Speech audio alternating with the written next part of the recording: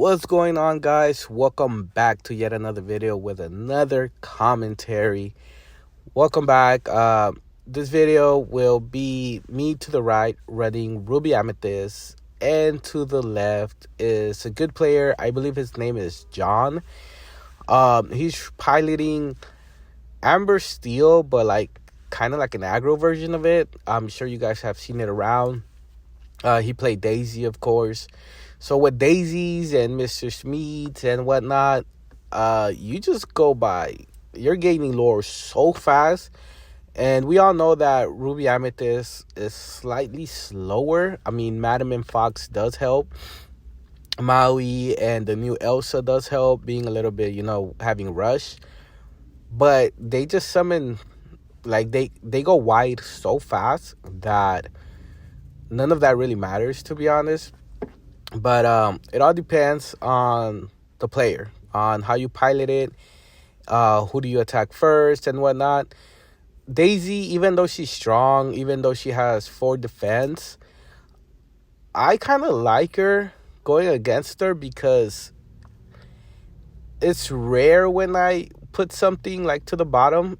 I usually draw an inkable, or even if I don't draw like an inkable, like let's say it's Medusa, I'm like, okay, great, I get to use it eventually and it takes out one of your characters. So I usually draw characters, and honestly, I feel like she helps me out a lot. So usually if I brawl, like in this case, I'd rather brawl Ariel than Daisy, because I feel like Ariel is more of a threat. And damn, that's crazy. When Ariel doesn't get you a song, it hurts you so bad. He quests 2 for with Smeet. But yeah, I kind of got lucky right there, because if he would have gotten a song, he would have either inked it, or if it's a good song, he could have played it with Ariel next turn. But I see Ariel more of a threat than Daisy, personally me.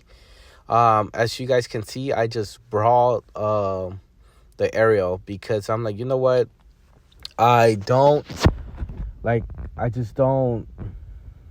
I don't know. I feel like Ariel's more of a threat. Comment below if you agree with me. But real quick, if you guys are enjoying this video, like the video, comment on the video, and subscribe. It really does help me out a lot. And I'll be doing a video explaining a giveaway I want to do of the enchanted Mirabelle that I won. I won 2. I only need 1, to be honest, for my collection. And the other one, I'm thinking of giving back and doing a giveaway.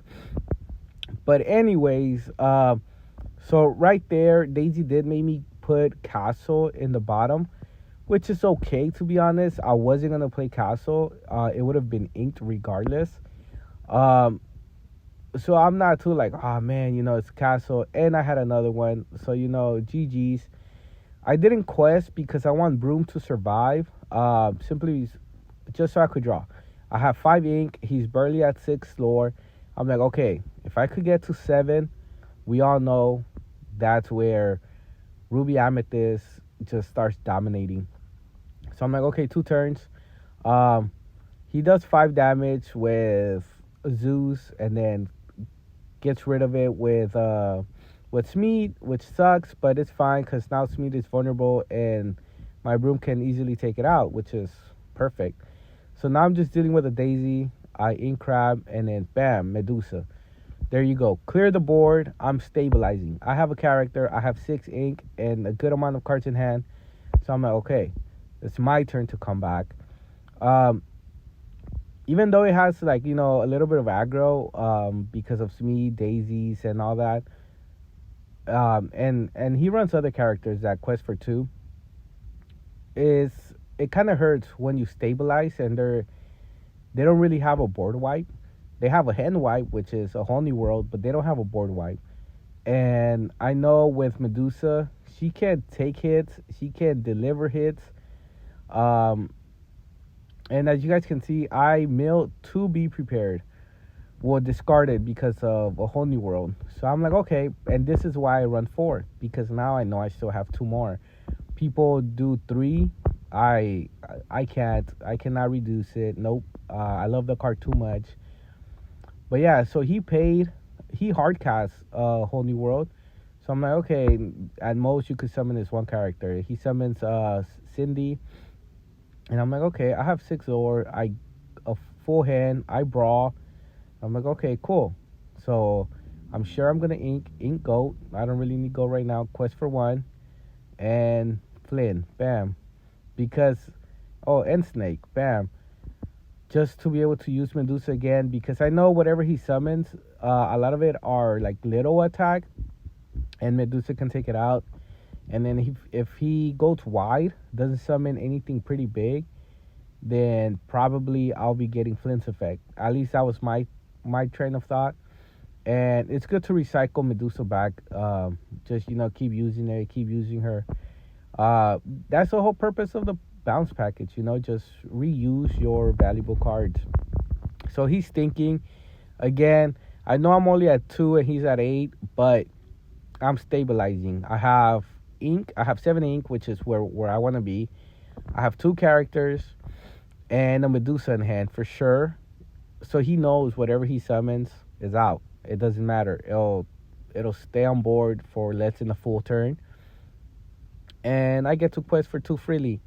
So he does a lantern for 2, does lantern for 1 for Little Queen, and for 2 he does Ursula and that other guy. I forgot the other guy. He's pretty good because he has a 4 attack because he has no damage. But once you damage him, he has 0. I think his name is Lawrence. So I quest for 2. I'm like, you know what? Be prepared. Whatever. He went wide, so I know he only has 2 cards in hand. I ink a goat again, and I'm like, go for it. I'm at 8 ink, and you only have 3 cards in hand. Whatever you summon, Medusa can take out 1. If you summon more than 1, that's fine. So he does Ursula again, the 2-cost Ursula. She's a 4 singer and a queen. I'm like, damn. I wasn't expecting that, to be honest, but I'm like, okay, 1 card in hand. I think this is where Medusa comes out. Yup. I don't want him to be singing. For a 3, and this is why Ruby Amethyst is so good, and I love it. Just the control aspect of it. It controls the board, the game so good. You guys are going to see. I'm debating what to ink. Ink Brawl. I love Brawl because I could get rid of like 90% of his cards. Well, his characters. But I was like, you know what? It must be worth it. I didn't have to ink. I had enough to just play Snake. But I like to ink every turn. Because later on, I have more ink to work with, and knowing that his build runs a whole new world, I want to have ink so that way if he a whole new worlds me, and he can sing it with Big Queen, I have more to summon. I could go wide. So that's the reason why I wanted to ink so bad instead of skipping a turn. So I know he only has 2 cards in hand. I believe I do too. But I feel like I'm in a better position because I have Medusa. He gains 2. He's at 10. I'm at 4. So I was like, oh, that's right. He has bodyguard. I'm like, oh, sorry. Never mind. So I Medusa his... I forgot his name. But he gains 2 more. He's at 12. And I have a character in hand on board. He doesn't. He only has 1 card in hand. I ink. I do rabbit. Draw a card. You guys already know. Once you see rabbit, it's crazy. So he summons another Big Queen, and I'm like, fuck. I'm sure he's hoping he top decks. I have a shitload of ink. I think it's like around 10. I sing. Draw more cards. Because now I'm like, okay, you know what? We're racing. I want to go wide. So for 3, I do Fox. And for 6, I get rid of Cindy. And then I ink Flynn. And I believe I pass turn. Again, I just want to be able to have a lot of ink just in case if he does sing or hard cast a whole new world, I can go wide. He does Lawrence. He's thinking. He knows I'm going wide. I'm controlling the board. If he quests with with the queen, I can just take it out with Medusa or Fox. So he will only gain 2 lore just for 1 turn, and that's it. And him being at 12, yeah, it's kind of like, in that area where it's easy game, but the fact that he's top decking, I feel more comfortable. So he didn't end up doing anything, which was honestly a smart move. I play another rabbit, draw. I play a Queen's Castle. I'm like, okay, cool. And I'm like, what do? I ink. I play Sisu and move Medusa to Castle, using up all my ink. So then I just quest for 3. And I'm like, okay, cool. I'm at 8. You're at 12. I'm at this point. It's a race. I'm going wide. I was entering his board, but now I control the board to where he's entering me. You don't want me to quest? You're gonna have to kill my monsters and my location instead of me having to attack you. So he summons a Daisy. I'm like, okay, it's looking great. Whether he gets rid of 2-3 characters, that's fine. Because most likely his characters will die and I'll be able to quest freely. And we both don't have any hand, but you know what? I'm in a better state. He quests for 2 with Queen, and I forgot Queen does the whole -2 or -4, add 4.